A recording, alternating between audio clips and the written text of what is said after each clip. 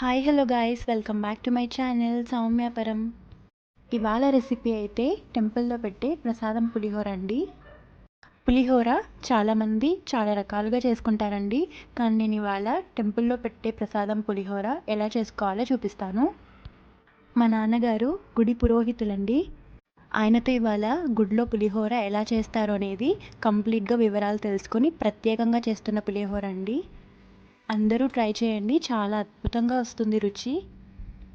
ముందుగా 50 గ్రామ్స్ చింతపండు తీసుకొని అందులో వేడి నీళ్ళు యాడ్ చేసుకొని కాసేపు నానబెట్టుకోవాలండి. ఇప్పుడు ఒక మిక్సీ జార్ తీసుకొని అందులో 2 టేబుల్ స్పూన్ ఆవాలు, ఒక చిన్న అల్లం ముక్క, 3 ఎండుమిరపకాయలు అండ్ కొద్దిగా సాల్ట్ వేయడం వల్ల ఆవాల్లో ఉన్న చేదు మొత్తం పోతుందండి. ఇలా పేస్ట్ చేసుకుని పక్కన పెట్టుకోవాలి. తర్వాత ఒక కప్ రైస్ పొడిగా ఉడికించుకొని పక్కన పెట్టుకోవాలి. అందులో కొద్దిగా పసుపు యాడ్ చేసుకోండి. అండ్ ఇప్పుడు కొంచెం సాల్ట్ వేసుకోవాలి. సాల్ట్ కొంచెం తక్కువగానే వేసుకోండి. ఇప్పుడు 2 రెమ్మల కరివేపాకు, 4 నుంచి 5 పచ్చిమిరపకాయలు ఇవన్నీ వేసుకొని బాగా మిక్స్ చేసుకోండి. అన్నం వేడిగా ఉన్నప్పుడే మిక్స్ చేసుకోవాలండి.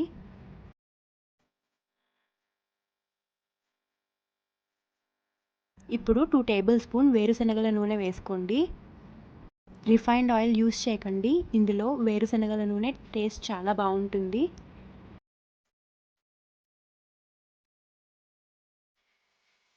ఇలా మిక్స్ చేసుకుని పక్కన పెట్టుకోండి. ఇప్పుడు కడాయిలో 2 టేబుల్ స్పూన్ ఆయిల్ యాడ్ చేసుకోవాలి. 1 టేబుల్ స్పూన్ ఆవాలు, 1 టేబుల్ స్పూన్ మెంతులు వేసుకొని బాగా దూరగా ఫ్రై చేసుకోండి. మెంతులు బాగా వేగాలండి, అప్పుడే టేస్ట్ వస్తుంది. ఇప్పుడు ఇందులో 2 రెమ్మల కరివేపాకు, కొద్దిగా ఇంగువ వేసుకొని బాగా మిక్స్ చేసుకోండి.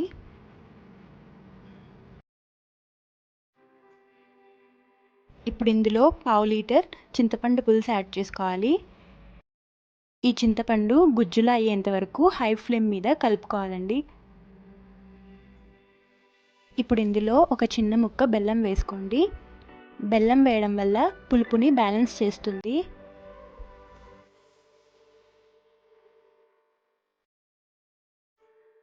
ఇప్పుడు ఈ చింతపండు దగ్గర పడ్డాక మనం తయారు చేసి పెట్టుకున్న ఆవాల పేస్ట్ వేసుకోవాలండి.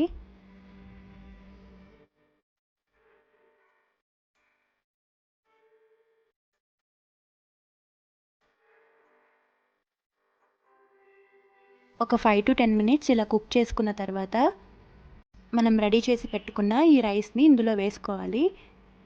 మనం దీన్ని హై ఫ్లేమ్ మీదే కలుపుకోవాలండి, అప్పుడే చింతపండు పులుసు మొత్తం రైస్కి అంటుకుంటుంది.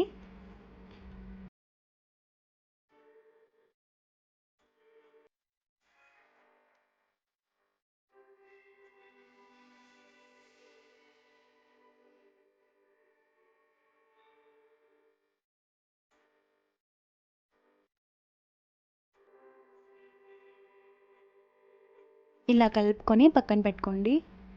ఇప్పుడు తాలింపు పెట్టుకోవడం కోసం 1 టేబుల్ స్పూన్ ఆయిల్ వేసుకోండి. ఇందులో 1 టీ స్పూన్ ఆవాలు వేసుకోవాలి. ఆవాలు చిటపటలాడాక అరకప్పు వేరుశనగ గుళ్ళు వేసుకోవాలండి. ఇలా దూరగా ఫ్రై చేసుకోవాలి.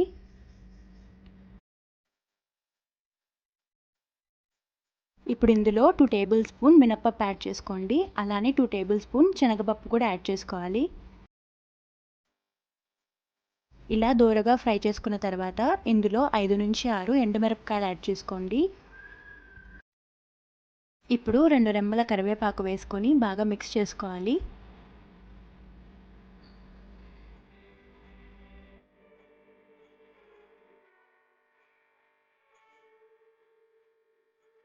ఇప్పుడు ఈ తాలింపుని రైస్లో వేసుకొని బాగా మిక్స్ చేసుకోవాలి. ఈ పులిహోరకి ఇలా 2 సార్లు తాలింపు పెట్టడం వల్లేనండి రుచి. ఒకసారి ట్రై చేయండి, చాలా అద్భుతంగా ఉంటుంది. ఇప్పుడు ఎలాగో ఉగాది ఫెస్టివల్ వస్తుంది కదా, అందరూ ఒకసారి ఉగాదికి ఈ పులిహోర ట్రై చేసి ఎలా వచ్చిందో కామెంట్ చేయడం మాత్రం మర్చిపోకండి. Thanks for watching. ఈ వీడియో కనుక మీకు నచ్చినట్టయితే please like, share and subscribe to my channel. Thank you.